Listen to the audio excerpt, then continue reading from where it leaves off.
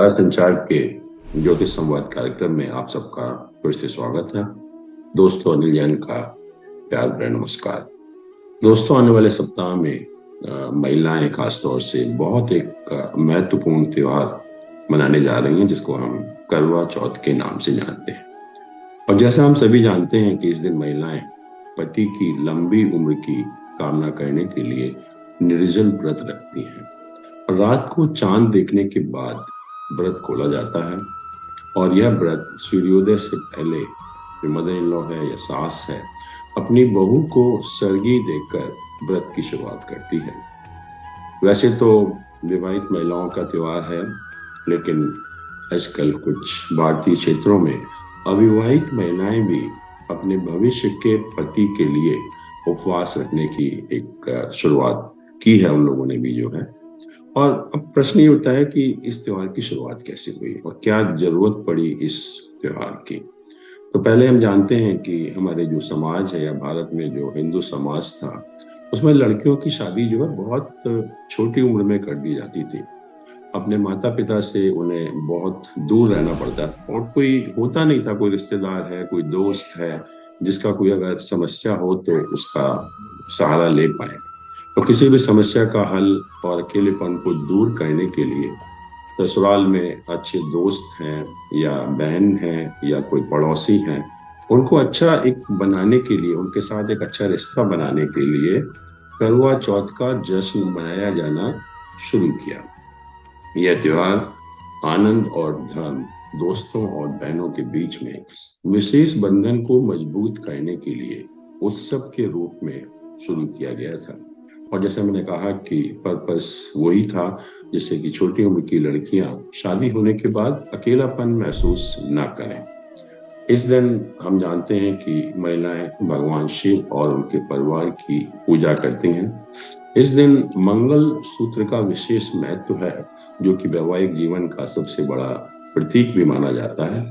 महिलाएं पूजा की थाली सजाती हैं, जिसमें खास तौर से करवा है, धूप है, दीपक है, सिंदूर है, रोली है, काजल है, फल है, मेवा है, मिठाई है, फूल है, कच्चा दूध है, हल्दी, शक्कर, जल आदि से उसको सजाती है। और इसके अतिरिक्त इसका और भी कारण है कि ये वर्षा ऋतु की समाप्ति होती है।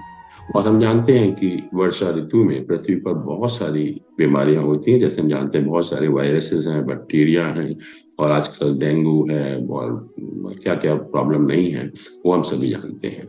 और उन्हीं के कारण हमारा मन जो है बहुत ज्यादा शांत होता है और एक तरह से उन बीमारियों से छुटकारा या उन बैक्टीरिया वायरस से छुटकारा पाने के लिए हमारा एक, हम कहेंगे, एक शुभ समय की शुरुआत होती है। और इसमें एक पर्व महोत्सव भी होता है। जो लोग कृषि से जुड़े हुए हैं, फसल बोना है, काटना है। अब ज्योतिष का प्रोग्राम है तो प्रश्न ये उठता है कि चंद्रमा की क्यों पूजा की जाती है। और पहली चीज तो चंद्रमा ज्योतिष में हमारे मन का कारक है और मन को उत्साहित करने के लिए तथा अपनी मानसिक ऊर्जा को बढ़ाने के लिए चंद्र की पूजा करना बहुत आवश्यक माना गया। और चंद्रमा में, चांद में शीतलता, सुंदरता, प्रेम, लंबी आयु जैसे जो गुण भी पाए जाते हैं ज्योतिष के हिसाब से। और ज्योतिष में चंद्रमा एक सौम्य अर्थात शांत स्वभाव का ग्रह है। यह मन, बुद्धि, मानसिक भाव, माता आदि का कारक भी है। और इसलिए आप देखते भी हैं कि इवन शरद पूर्णिमा के दिन भी हम रात भर खीर को चंद्रमा के नीचे रखते हैं और जब सुबह हम खाते हैं, जिससे चंद्रमा का उसमें समावेश हो जाए।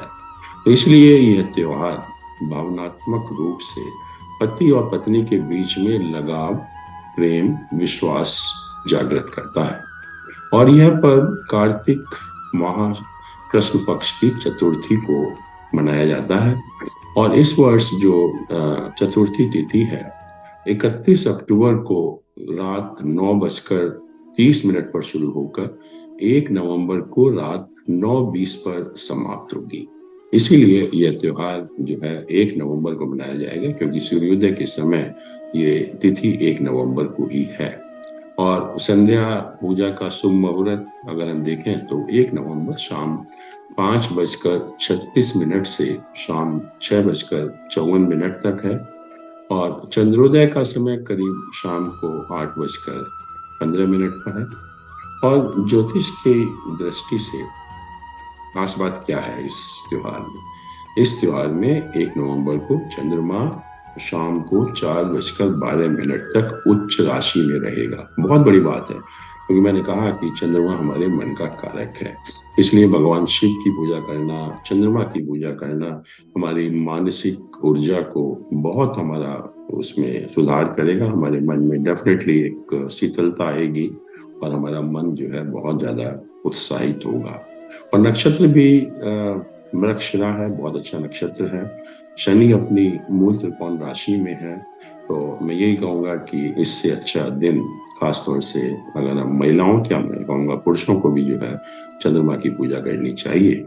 और खास जो संदेश है, क्योंकि हम चंद्रमा की पूजा कर रहे हैं, तो चंद्रमा हमें क्या ज्योतिष में बताता है? सबसे पहले जैसे मैंने कहा, चंद्रमा एक सौम्य ग्रह है, चंद्रमा में एक शीतलता होती है। तो ये संदेश देता है कि हमें सभी के प्रति नम्र व्यवहार करना चाहिए। दूसरा संदेश देता है कि चंद्रमा जो है एक सकारात्मक सोच को दर्शाता है। तो हमारी सोच जो है वो हमेशा सकारात्मक होनी चाहिए। और चंद्रमा हमारे एक ध्यान, जिसको मेडिटेशन वगैरह भी कहते हैं, उसको भी दर्शाता है कि अगर हम कहीं पर भी अपना ध्यान कंसंट्रेट करेंगे थोड़ी देर के लिए भी, तो उससे हमारा मन जो है बहुत, या माइंड बहुत विकसित होगा और हम दुनिया में बहुत अच्छे अच्छे काम भी कर सकते हैं और अपने जीवन को बहुत बेहतर बना सकते हैं।